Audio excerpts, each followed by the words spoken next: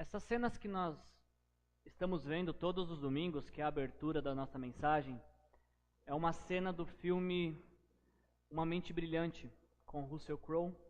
E nesse filme o Russell Crowe ele interpreta a história verídica de um físico, um professor de matemática, alguém que é muito inteligente, mas que tem uma doença, ele é esquizofrênico. E como esquizofrênico, ele constantemente vê um senhor de chapéu, que é um soldado alemão, um rapaz loiro que ele imagina ser um amigo de quarto e uma menininha. E quando eu vi essa cena desse filme, eu achei que esta foi a melhor ilustração que eu vi sobre pecado. Eu nunca vi a questão do pecado tão clara quanto na cena deste filme. Se vocês não assistiram, assistam, um filme espetacular. É aquele tipo do filme que todo mundo tem que assistir pelo menos uma vez na vida. Uma Mente Brilhante. E essa cena em especial que nós passamos, o personagem está convivendo com a esquizofrenia, ele já foi internado, quase o filho dele morreu por conta dessa esquizofrenia. E aí ele toma uma decisão. Ele toma a decisão de ignorar esses personagens que a esquizofrenia faz ele ver. E aí durante anos ele convive ignorando esses personagens. E aí então tem essa cena que nós vemos, onde ele fala para um amigo dele: eu queria voltar a lecionar. Mas o amigo dele fala assim: mas e aqueles, você sabe, eles sumiram? E aí ele fala: não sumiram, mas eu aprendi a ignorá-los. E eu acho que o resultado disso é que eles se esqueceram de mim. Uma analogia perfeita para o pecado. O pecado não sumiu. O pecado está presente na nossa vida todos os dias. Mas como cantamos, nós temos que tomar uma decisão. Escolher por Deus e escolher ignorar o pecado. Nós estamos fazendo essa série de mensagens, assumindo o controle, uma série onde nós vamos tratar sobre os 7 pecados capitais. E veremos nessa série que para cada pecado capital existe uma virtude espiritual que nos ajuda a combater isso. Nós já abrimos a mensagem, essa série de mensagens falando sobre o pai dos pecados, o pecado que dá origem a todos os outros, o orgulho, e vimos como que Deus nos ajuda a vencer o orgulho em nossas vidas através da humildade. Nós já falamos sobre a inveja e vimos também como Deus nos ajuda a vencer a inveja em nossas vidas através da caridade, porque a caridade desenvolve em nós o contentamento. Nós já falamos um pouquinho sobre ira e aprendemos que a ira é vencida pela paciência, pois através da sabedoria Deus vai enchendo a nossa vida de paciência. Na semana passada nós falamos sobre gula. E eu não sei quantos de vocês fizeram exercício de largar o garfo essa semana. Eu espero que todos tenham feito para poder apreciar a comida. E nós aprendemos semana passada que nem todo obeso é guloso e nem todo guloso é obeso. Aprendemos semana passada que nós vencemos a gula com a moderação, com o domínio próprio, com o controle de nossas vidas. Aprendemos que a moderação deve existir em nossas vidas para que nós não nos deixemos levar por nossos apetites ou nossas paixões. E nessa noite eu quero dar sequência nesta série de mensagens com vocês, e eu quero falar de um tema que dá um sono arrebatador. Se alguém dormir do seu lado, não se assuste, é normal, acho que faz parte do tema. Hoje eu quero falar com vocês sobre preguiça.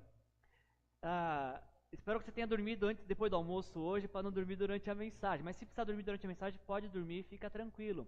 Nós vamos falar sobre preguiça nessa noite. E para falar sobre preguiça, eu queria que nós lêssemos um texto do 5º livro da Bíblia, livro de Deuteronômio. Gênesis, Êxodo, Levítico, Números e Deuteronômio. Deuteronômio, capítulo 1. Vamos falar um pouco de preguiça. Vamos praticar pouco preguiça e falar muito sobre preguiça nessa noite.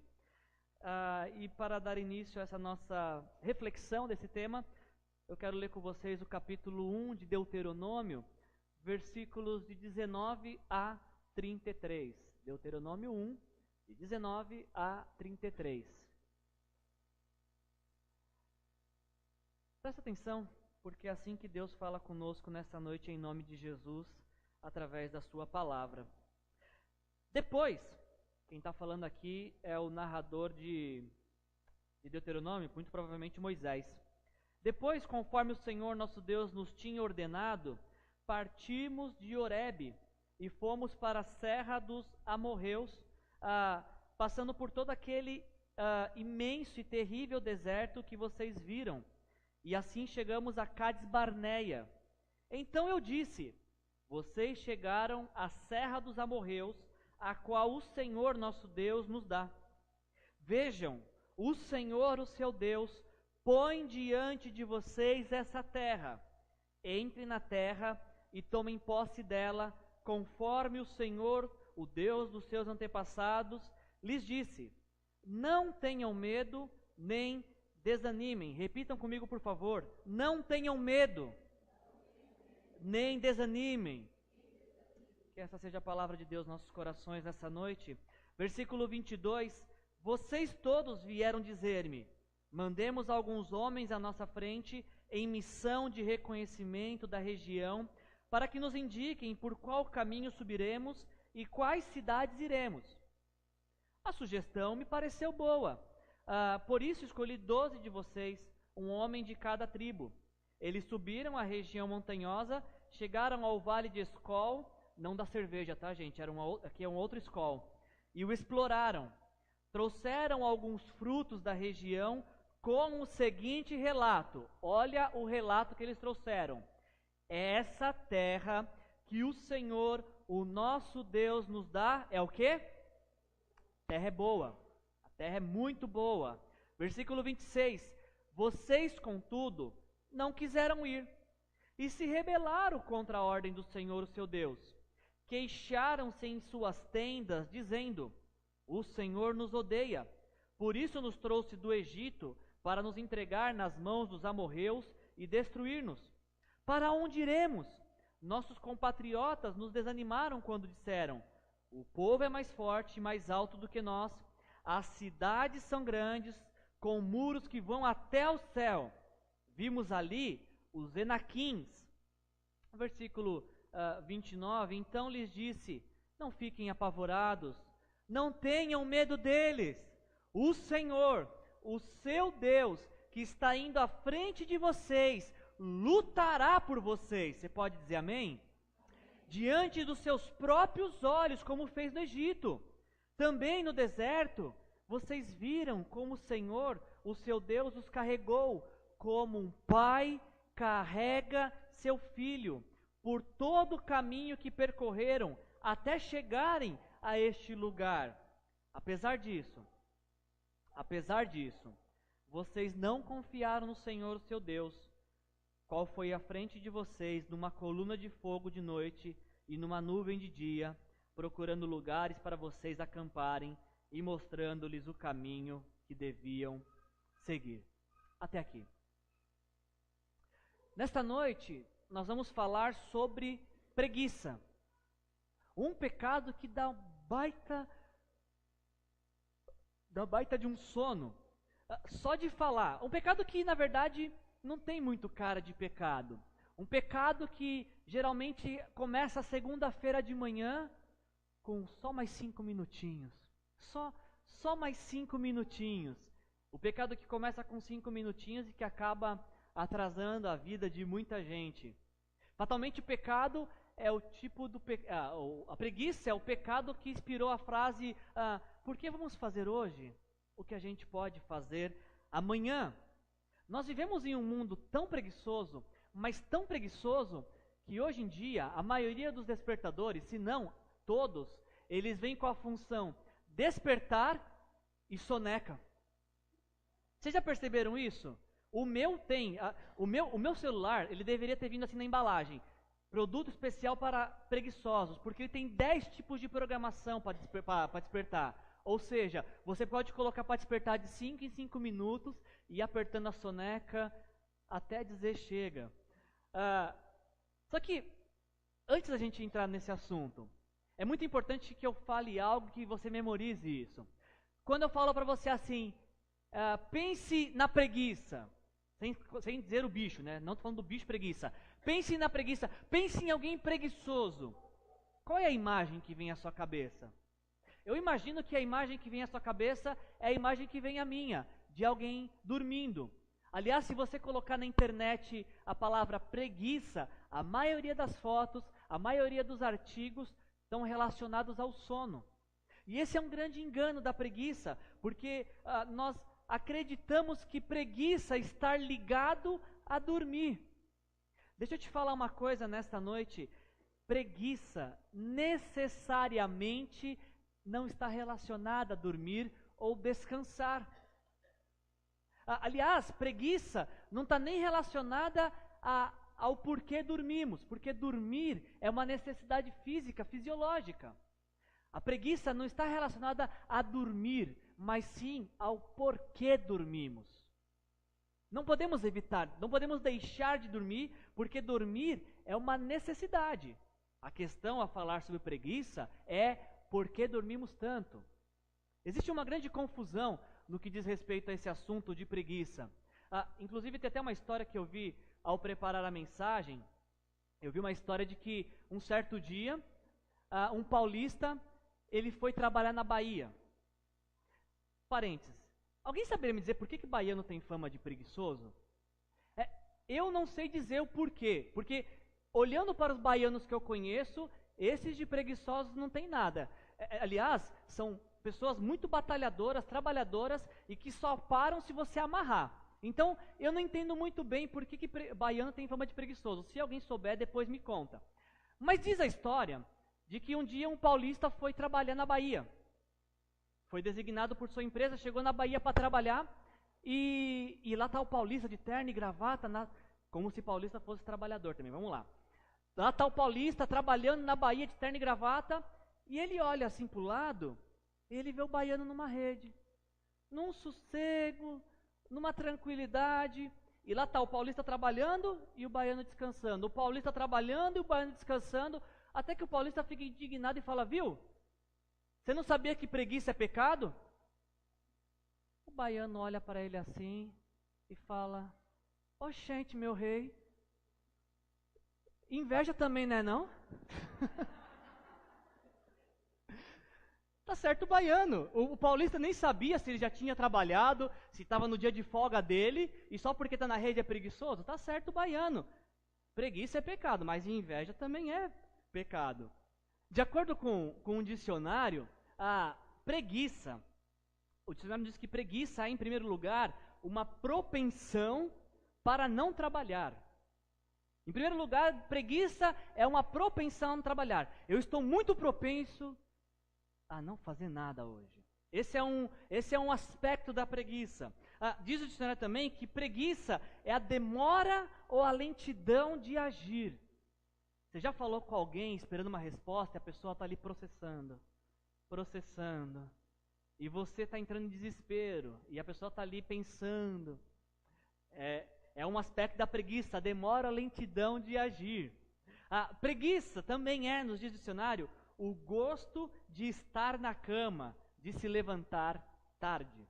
Eu discordo um pouquinho dessa terceira definição, porque geralmente quem trabalha de madrugada, por exemplo, vai ser encontrado à tarde na cama. Então, eu não gosto muito dessa terceira definição. Eu ficaria talvez com a primeira parte dela, que preguiça, além de propensão para não trabalhar e demora ou lentidão em agir, é um gosto excessivo por estar na cama. É a pessoa que come na cama, que vê computador na cama, que dorme na cama, que a vida é desenvolvida na cama. A preguiça ela pode ser interpretada, ela pode ser visualizada como uma aversão ao trabalho. Pessoas avessas ao trabalho, como uma negligência, uma morosidade, uma lentidão. O preguiçoso é aquele indivíduo que ele é contrário a todas as atividades que seja necessário fazer um esforço físico ou intelectual. Se tem que pensar ou tem que fazer força, o preguiçoso, ele foge, porque o preguiçoso ele sempre procura e prefere ambientes que não precise usar o intelecto e também não precisa usar a força física. Esses são alguns dos filhos da preguiça. O primeiro deles, a negligência. Nos diz Eclesiastes capítulo 10, versículos 18. Por causa da preguiça, o telhado se enverga. Por causa das mãos indolentes, a casa tem goteira. Você já ouviu o termo gambiarra? Vocês conhecem esse termo? Gambiarra? O teto está envergando. Coloca uma madeirinha para escorar. A casa tem goteira. Mas se você ver, fica até bonito, né? Porque parece uma decoração, uma cachoeira artificial. É a vida envolvida pela gambiarra. É o bombril na antena da televisão. É o araminho que segura. É o livro que serve para escorar ou que serve de calço. É a chave de fenda para segurar o vidro do carro que está caindo. Ou seja, para tudo se dá um jeito. O improviso é o mais importante, porque improvisar dá menos trabalho. O problema do araminho, o problema da madeirinha para escorar, o problema da gambiarra, primeiro é que você tem que fazer um trabalho 2 vezes. E segundo, geralmente quem faz gambiarra na casa, faz gambiarra na vida também. Só faz gambiarra quem tem preguiça de fazer o que tem que ser feito. Só faz gambiarra quem não dedica tempo para acertar o que precisa ser acertado. É mais fácil dar um jeitinho. Esse é o problema da gambiarra. Um outro filho da preguiça, a passividade. Diz o Provérbios 12, 27, que o preguiçoso não aproveita a sua caça. Você já imaginou isso? Alguém que, nos tempos modernos, que vai ao mercado ou que vai na cantina da Val pedir uma marmitex cheirosinha, gostosinha, a hora que abre, ai, que preguiça de comer. O que não é um problema para o invejoso, né? Que o invejoso come mesmo com preguiça. Para os preguiçosos, talvez a música preferida deles é Deixa a vida me levar, vida leva eu. Vida louca, vida breve, quero que você me leve. Já que eu não posso te levar, eu quero que você me leve. Um outro filho da preguiça, a ociosidade. Provérbios 26, 14. Como a porta gira em suas dobradiças, assim o preguiçoso se revira em sua própria cama. Outro filho da preguiça, a imprudência. Provérbios 21, 25. O preguiçoso morre de tanto desejar. Eu queria tanto. Eu queria, mas dá uma preguiça só de pensar. O preguiçoso morre de tanto desejar e de nunca pôr as mãos no trabalho.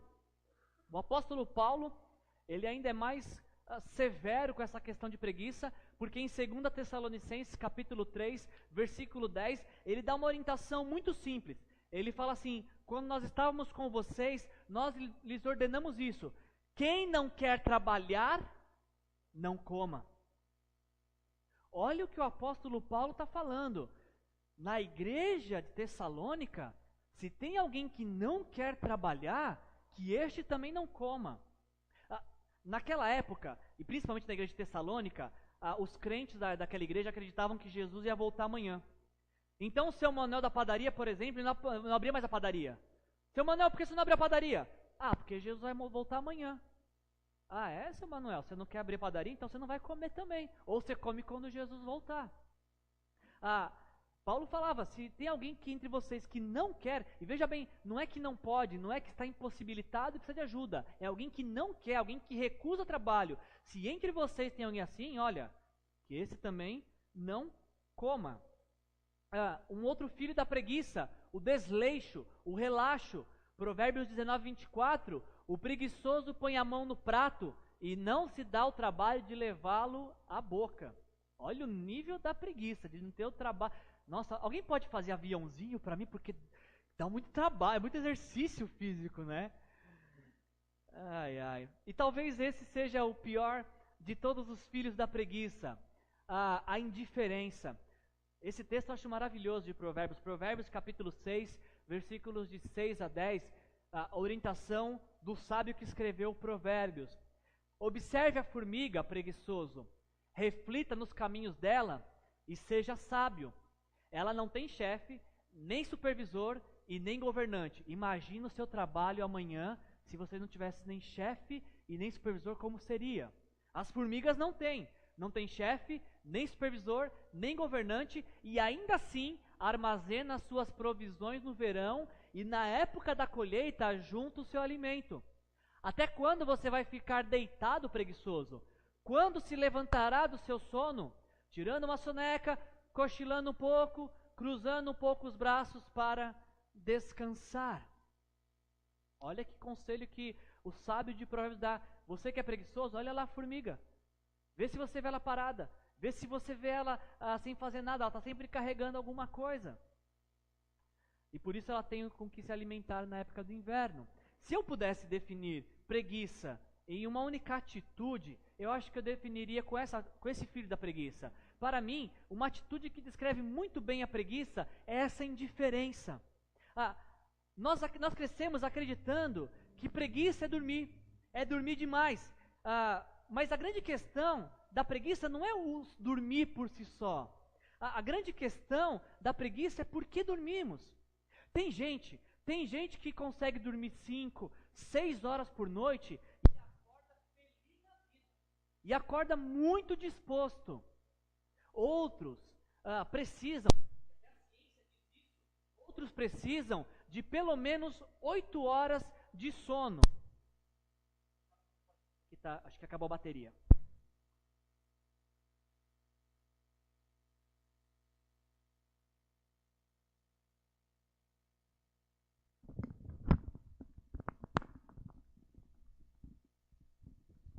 Tem gente que dorme 5 horas e está feliz da vida. Outros que dormem 8 horas.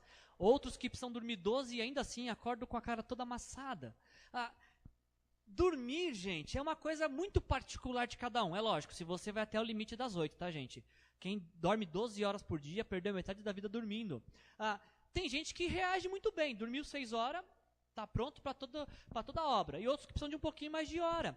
Por isso que a preguiça não está relacionada ao dormir.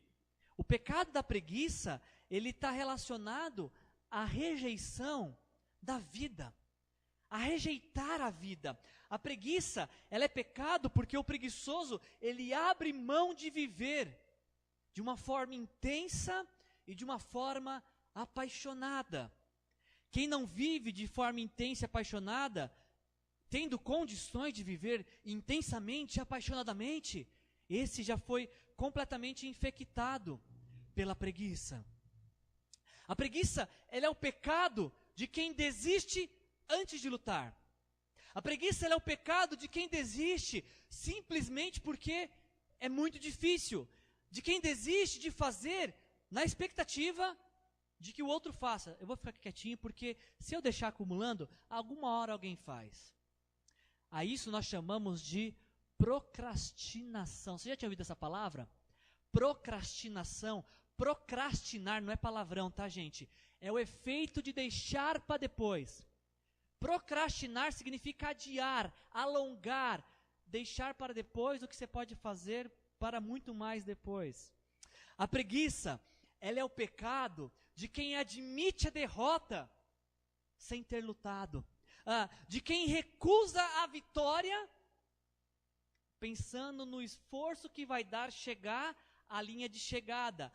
A preguiça é o pecado de quem aceita a derrota tendo condições de vencer. Em outras palavras, nós chamaríamos isso de apatia. A preguiça, ela é o pecado de quem abre mão da vida, de alguém que prefere morrer abraçado com a mágoa do que promover a restauração e de trabalhar para um bom relacionamento. Nós chamaríamos isso de disciplina, de displicência. E sabe, gente, dos 7 pecados que nós vamos estudar nesta série, a preguiça, ela é o típico pecado da omissão. Nós já falamos até aqui sobre orgulho, nós já falamos sobre inveja, nós já falamos sobre ira e nós já falamos sobre gula. Se vocês pensarem nesses 4 pecados, eles estão ligados a uma ação, eles estão ligados a uma decisão, eles estão ligados a uma oportunidade. Mas a preguiça é o contrário. A preguiça está ligada à omissão, ao deixar para lá, a deixar a vida me levar, a deixar acontecer. A consequência da preguiça em nossas vidas é que ela nos torna pessoas desleixadas.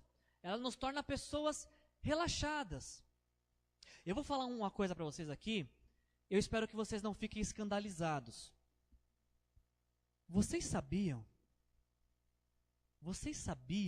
que tem gente que não escova o dente para dormir? Sabia? Deus está vendo. Tem gente que chega a dormir, amanhã eu escovo, hoje eu estou com muito sono, estou cansado. Acontece. E por que não escova? Acho que é de preguiça.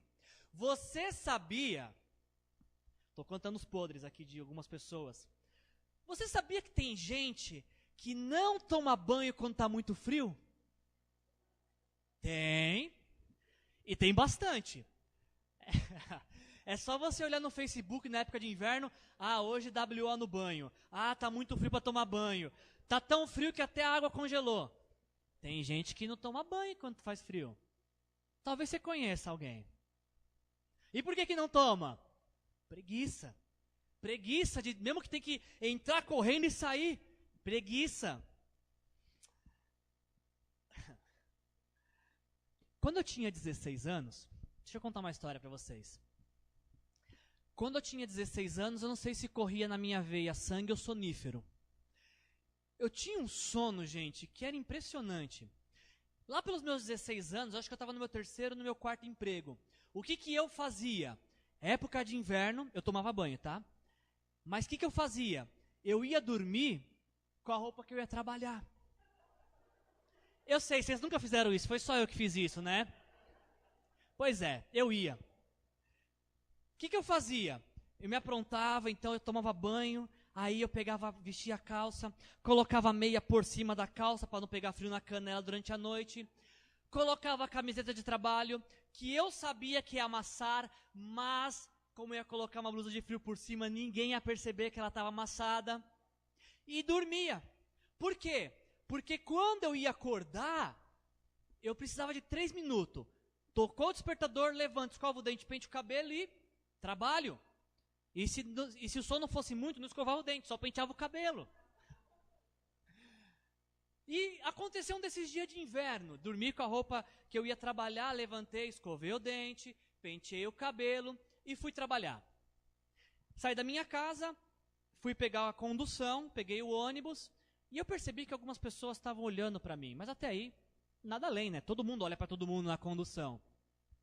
Entrei no metrô e percebi que tinha umas garotas olhando para mim e falei, eu tô arrebentando hoje, eu devo estar daquele dia de conquistador, hoje é pra mim hoje, eu tô arrebentando. Aí eu peguei a condução da minha casa até o metrô, fui do metrô até meu trabalho, e da estação de metrô, do Tatuapé, eu tinha que andar uns 15 minutos andando. E eu tô andando tranquilamente até o trabalho, aí eu chego no trabalho, sento na minha mesa, e eu sinto a calça puxar. Aí eu olho para baixo, a meia estava por cima da calça, gente. Eu peguei condução, eu peguei ônibus, metrô, eu andei por 15 minutos na rua, com um multidão de gente, com a meia por cima da calça. Onde está a mãe dessa criança, né, que deixa sair assim para o trabalho? Preguiça. Consequência da preguiça. Então, dica para vocês. Se vocês forem vestir a roupa para trabalhar, durmam com um meião que vocês não precisam colocar por cima da calça, ele já vem até a canela. Ou dê uma analisada geral antes de sair. Preguiça. A consequência da preguiça é que, além de fazer com que fiquemos relaxados, desleixados com as vidas, fazemos gambiarra em casa, fazemos gambiarra na vida, além do desleixo, do descaso, a consequência da preguiça em nossas vidas é que ela nos torna pessoas sem paixão pela vida, sem interesse pelo belo, sem interesse pelo prazer. A preguiça ela nos faz afundar numa cama, porque viver dá trabalho, ser feliz dá muito trabalho. Então é por isso que a preguiça, ela rouba de nós o nosso ânimo, a nossa alegria, os nossos sonhos. Porque viver feliz, porque sonhar, porque viver dá muito trabalho. Preguiça nos enterra na cama. Quantas pessoas que têm a oportunidade de ganhar mais, de ser promovido no trabalho, e o chefe fala, olha, eu estava analisando o seu trabalho, a sua vida, e eu queria te colocar, aumentar seu salário e te colocar como supervisor da equipe. A pessoa fala, supervisor? Tem que tomar conta de 3, 4, 5, 15. Ah, não. Deixa eu com o meu salarinho aqui. Deixa eu quietinho aqui no meu canto. Deixa eu como auxiliar do auxiliar de carimbador, que está bom demais para mim. Quantas pessoas que nós conhecemos que têm a oportunidade de mudar de vida, mas preferem ficar no seu mundinho. Preferem ficar confortável, ao invés de lidar com o trabalho de uma mudança. Quantas pessoas que nós conhecemos que lutam para ler 2 páginas de qualquer livro, mas são capazes de passar horas, horas e horas na frente da televisão. Aliás, maldita é a televisão, porque ela é uma aliada muito íntima da preguiça. Sabe por que existem muitas pessoas que preferem assistir TV ao invés de ler um livro?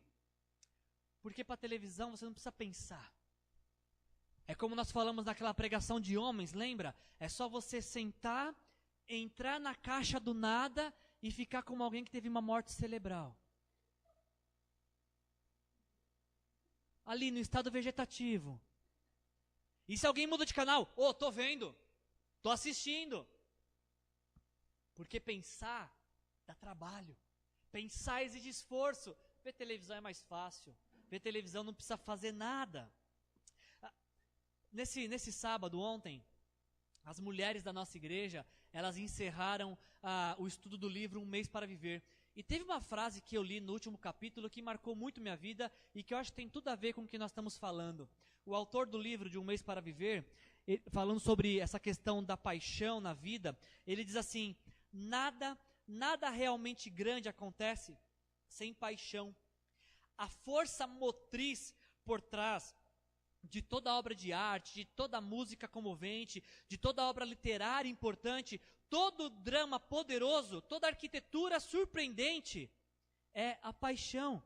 A paixão impele atletas a quebrar recordes, e impulsiona cientistas a descobrir cura para doenças.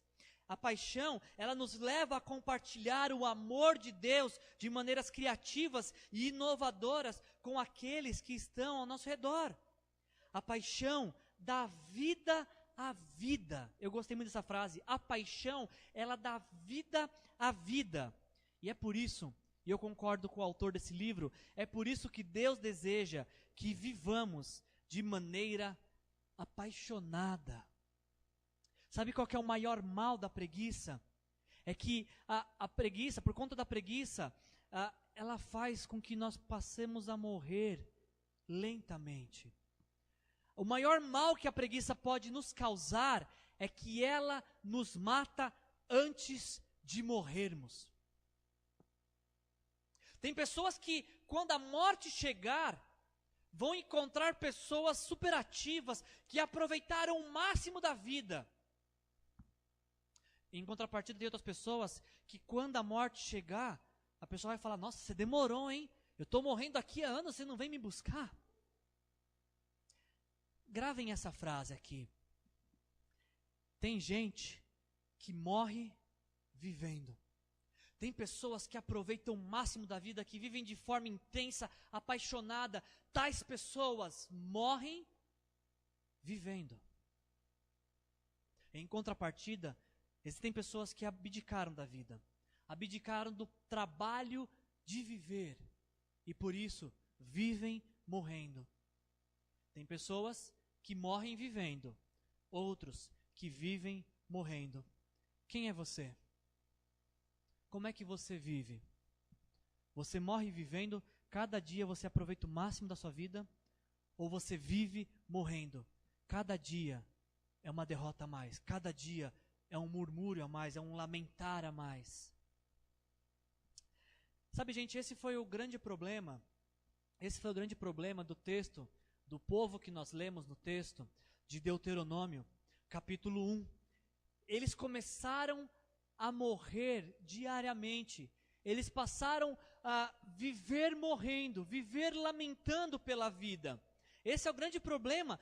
Esse povo que nós lemos nesse texto, Deus tinha acabado de libertá-los do cativeiro. Deus tinha acabado de tirá-los do Egito, da escravidão. Deus tinha acabado de devolver a vida para eles, para que eles pudessem viver essa vida da maneira mais intensa, mais apaixonada possível. E o que eles falaram? Versículo 21. Vejam, disse Moisés, o Senhor, o seu Deus, põe diante de vocês essa terra. Vocês estão recebendo uma nova vida, vocês eram escravos, agora vocês estão indo para uma nova terra. Entrem na terra e tomem posse dela, conforme o Senhor, o Deus dos seus antepassados, lhe disse. Não tenham medo, nem desanimem. A ordem era entrar na terra sem desanimar, sem sentir medo, porque Deus estaria com eles. Da mesma forma que Deus está comigo e com você, Deus se propôs a estar com eles. Moisés organiza uma expedição de 12 homens para conhecer essa terra. E qual que é o relato que esses homens dão quando eles voltam? Versículo 25. Trouxeram alguns frutos da região com o seguinte relato: essa terra que o Senhor nosso Deus nos dá é boa. Moisés, realmente Deus não mente. Moisés, nós fomos até a terra e olha que terra para morar. Um lugar espetacular, um lugar lindo, um lugar de uma terra frutífera que tudo que se planta dá. E eu imagino Moisés, opa, então vamos levantar o acampamento e vamos. Não, vamos não, Moisés. Não, como assim? A terra não é boa? A terra é boa. Mas por que nós não vamos então? Versículos 24 e 25. Eles subiram a região montanhosa. Não, perdão. Por que nós não vamos para a terra? Versículo 27. Queixaram-se em suas tendas, dizendo: o Senhor nos odeia, por isso nos trouxe do Egito para nos entregar nas mãos dos amorreus e destruir-nos. Versículo 28. Para onde iremos? Nossos compatriotas nos desanimaram quando disseram: o povo é mais forte e mais alto que nós. As cidades são grandes, com muros que vão até os céus. Vimos ali gigantes ou enaquins. A terra é boa? É ótima. Por que a gente não vai? Vai dar um trabalho conquistar aquela terra. Mas não é boa a terra? A terra é ótima. Mas se você visse o tamanho daqueles muros, olha, para escalar, vai uns 3 dias. Se vai até o céu, devia ser. Deus estava dando um presente para eles. Deus estava dando uma nova vida para eles. Tudo que eles tinham que fazer era trabalhar. E detalhe, trabalhar com Deus operando milagres na frente.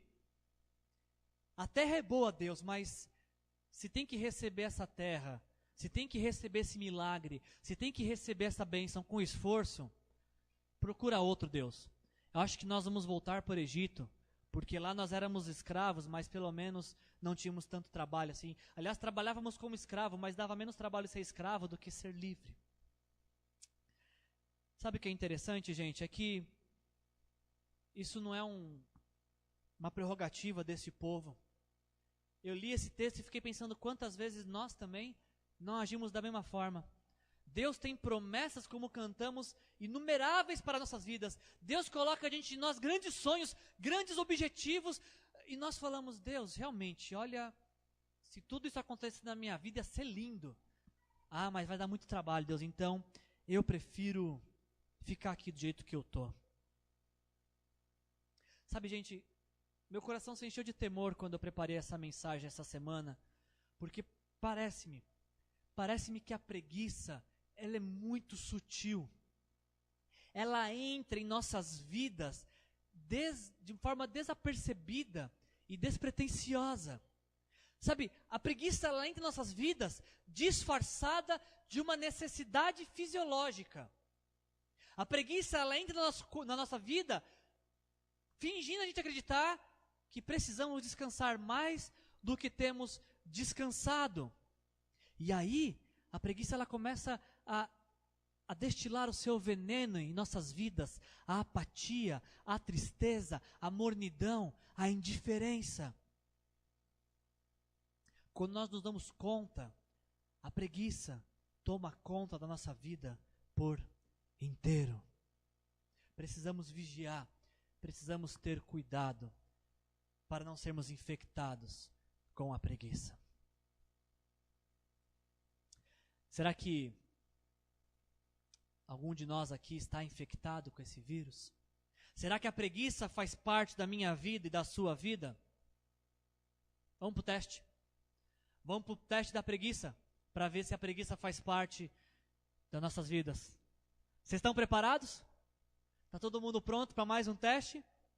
Vamos lá. Teste da preguiça. Primeira pergunta, para saber se você é um preguiçoso, se você é uma preguiçosa de carteirinha. Você deixa para depois, ou para amanhã, o que você poderia estar fazendo agora, ou hoje? Sim ou não? Você tem o hábito de... Não, depois eu faço. Aliás, tem um recado para as mulheres, né? Mulheres, quando o seu marido disser que vai fazer uma coisa, ele vai fazer. Não precisa ficar lembrando de 6 meses. Se ele falou que vai fazer, ele vai fazer. Não precisa ficar cobrando de 6 meses. Teste de preguiça. Você deixa para depois o que você poderia estar fazendo agora? Sim ou não? Teste da preguiça. Entre arrumar com um araminho, com um escoro, ou dar um jeito, o que você prefere? Entre a gambiarra e o trabalho árduo, porém eficaz, o que você prefere? Teste da preguiça. Esse é bom, gente. Quanto tempo depois que o despertador toca, você levanta? Despertador tocou. Opa, bom dia, vamos que vamos, é hoje. Ou não, você toca o despertador e você... Mais 5 minutinhos, soneca. Aí a soneca desperta da soneca... Não, mas só mais 5, soneca. Quanto tempo depois do despertador tocar, você acorda? Essa pergunta é importante porque ela vai responder muito a próxima pergunta. Quantos atrasos você tem no mês de trabalho? Você que é assalariado, que bate cartão, se nós formos na sua empresa amanhã, pegar seu cartão de ponto do mês de outubro, quantos atrasos você teve? É capaz que alguns não atrasam porque é desconto, né? Mas se não fosse descontado. Se não tivesse desconto, preguiça. Teste da preguiça. Qual foi o último livro que você leu? E eu acrescentaria aqui quando. Quando e qual foi o último livro que você leu? E não vale dizer Um Mês para Viver, porque esse aqui já não conta mais, né? Quando e qual foi o último livro que você leu?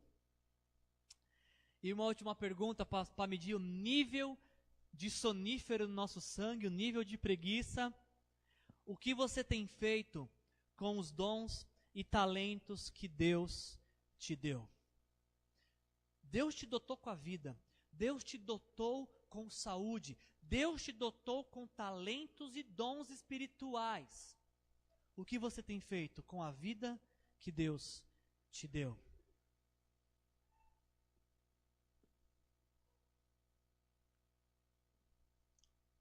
Desses 7 pecados que nós vamos estudar nesse mês de novembro, para mim a preguiça talvez seja um dos mais poderosos. Sabe por que eu acho a preguiça extremamente poderosa? Porque os outros que estudamos até aqui, orgulho, inveja, ira e gula, eles são reféns de uma oportunidade, eles são reféns de uma ocasião, eles são reféns de uma decisão. Mas a preguiça, gente, a preguiça ela está presente todas as horas em nossa vida. Se nós literalmente cochilarmos, a preguiça nos pega. Se nós por um único minuto decidimos, não, depois eu faço, a preguiça já nos alcançou.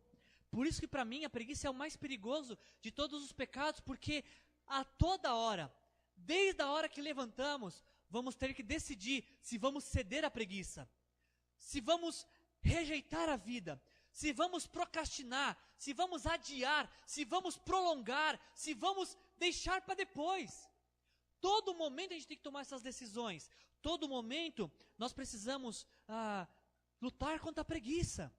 A preguiça, gente, ela é um verdadeiro atentado contra a vida, porque ela rouba energia, ela rouba alegria, ela rouba sonhos, ela rouba a disposição de ser e fazer. Eu, sinceramente, Wilson, eu luto com a preguiça todos os dias. E essa questão não está ligada à vontade de dormir, mas está ligada à vontade de viver. Todos os dias, a toda hora que a tristeza tenta alcançar meu coração, eu tenho que decidir viver.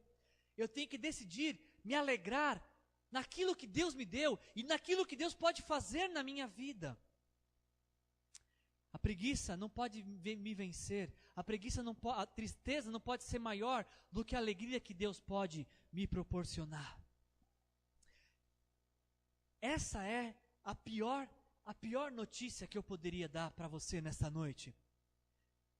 Se não bastasse nós termos herdado um pecado por conta da decisão dos nossos antepassados, não bastasse ter o pecado no nosso DNA, ainda precisamos diariamente tomar decisões que nos ajudem a combater os pecados em nossas vidas. Todos os dias, como cantamos nessa música tema, todos os dias somos levados a tomar decisões que vão contra o pecado, que nos impulsionam a lutar contra o pecado ou a ceder a eles.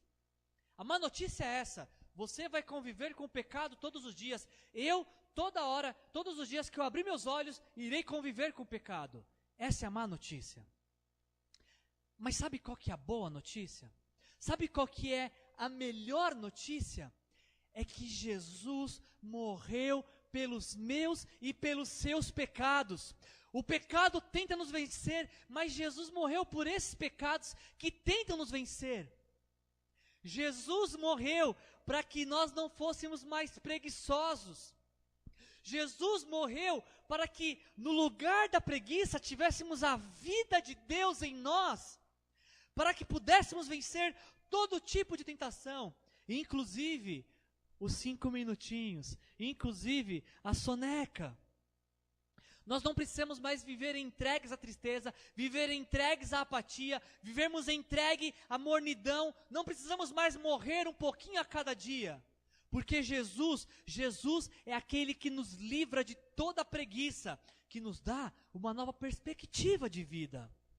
Se a preguiça vem e tenta roubar os nossos dias, graças à morte e ressurreição de Jesus, graças à morte e ressurreição de Jesus, nós podemos experimentar a vitória sobre a preguiça, sobre a ira, sobre o ódio, sobre a gula e sobre qualquer pecado. A preguiça, gente, ela é sim uma doença espiritual que deve ser combatida todos os dias de nossas vidas, com a persistência. Às vezes nós pensamos que nós temos problemas, às vezes nós pensamos que temos motivos para ser triste, e olhamos para alguns exemplos de pessoas que, em meio à tristeza, encontram forças para continuar, forças para ir além, forças para tentar mais uma vez. Mas eu já orei, ore de novo. Mas eu já pedi perdão, peça perdão de novo. Mas eu já tentei, tente mais uma vez. Persista, continue, tente. Não desista de lutar. Para trabalhar essa série, um dos materiais que tem me ajudado é esse livro aqui, Os 7 Pecados Capitais. Eu recomendo para todos vocês. Os Guinness, que é o autor do livro, ele falou algo muito interessante essa semana que eu gostei demais e incluí na pregação. Os Guinness, ele vai falar que os 7 pecados capitais podem ser vencidos não apenas pela essa virtude espiritual da persistência, como também por uma das bem-aventuranças. Jesus, em seu primeiro sermão, o sermão que nós conhecemos como o Sermão da Montanha, em Mateus capítulo 5, ele traz algumas bem-aventuranças. Ele fala: bem-aventurados são, ou felizes são. E sabe qual é a bem-aventurança que nós vencemos a preguiça? Bem-aventurados aqueles que têm fome e sede de justiça. Sabe por quê? Porque quem tem fome e sede de justiça, em algum momento, em alguma hora, através da persistência, encontra satisfação. Bem-aventurado aquele que tem fome e sede de justiça, porque este não fica conformado com a situação, esse não fica apático diante da luta, esse não desiste fácil. Pelo contrário, este persiste, esse insiste, esse tenta mais uma vez, até que justiça seja feita, até que algo novo aconteça em sua vida. Amanhã você vai acordar. Amanhã você vai acordar e eu tenho certeza que a preguiça vai te dizer: deixa para lá. Deixa que outro faz. Não precisa fazer você, deixa que outro faça. Mas se você estiver atento ao que Deus te disser, você vai ouvir a frase que diz assim para você: ainda não acabou, ainda não é hora de desistir, ainda não é hora de abrir mão daquilo que Deus preparou para você. É muito provável que amanhã você vai acordar e a preguiça vai te dizer assim: não vale a pena o esforço, não vale a pena se esforçar. E quando a preguiça te dizer que não vale a pena mais se esforçar, ouça a voz de Deus te dizendo: todo trabalho no Senhor não é em vão. Tudo aquilo que você faz em Deus, por Deus e para Deus, nunca vai ser um trabalho em vão. Se amanhã a preguiça fala assim: fica mais 5 minutinhos aqui comigo na cama, vire-se para ela e diga assim: Deus acabou de me preparar um dia novo e lindo, onde Ele renovou o seu amor e a sua misericórdia por mim. Por isso, eu não tenho tempo para perder nessa cama, eu não tenho tempo para perder nessa tristeza, eu não tenho tempo para perder com este sono.